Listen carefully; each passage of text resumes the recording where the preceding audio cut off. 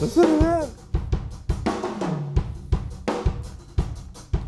So we're going through the AMEC 9098 and just doing some touch-up EQ on it, removing some mid-range, and this is just on the short room mics. And we basically did the same thing on the long room mics, but I'm compressing this pretty heavily through the AudioScape compressor. But Randy's doing all the work. Which is an SSL, you know. It's an SSL basically, like it's supposed to be a SSL bus compressor. Yeah. So if we take out the EQ, it kind of sounds like this.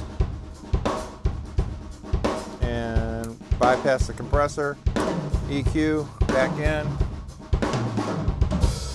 Tell them to play straight groove. Give me a regular groove. There we go. Okay, so Now you can hear the tail better. no EQ, And no compression. then no compression, and then we kick in. Oh, I think I hit that. I did that wrong. No, wait, no EQ. There's no EQ. Yeah. Sorry, bad. And no compression. Kick in the EQ, the boxiness comes out. Kick in the compressor, and we're squashing it. And we'll just mix, this is just to mix in a little bit with the original drums. It's really bringing out that ring on that snare though, isn't it? That's cool. Yeah, cool. Overheads. We try to record them as, we use a little EQ on them, but no compression.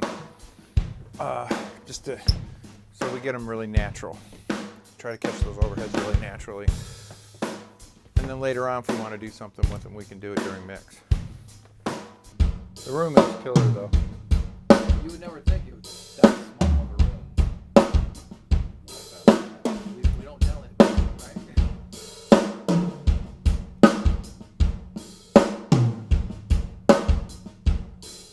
It does still have a kind of a weird ring, doesn't it? On the snare? Yeah. That doesn't sound bad to me. I guess it's probably just a character of it. Yeah. It's too We'll call this ring snare. No.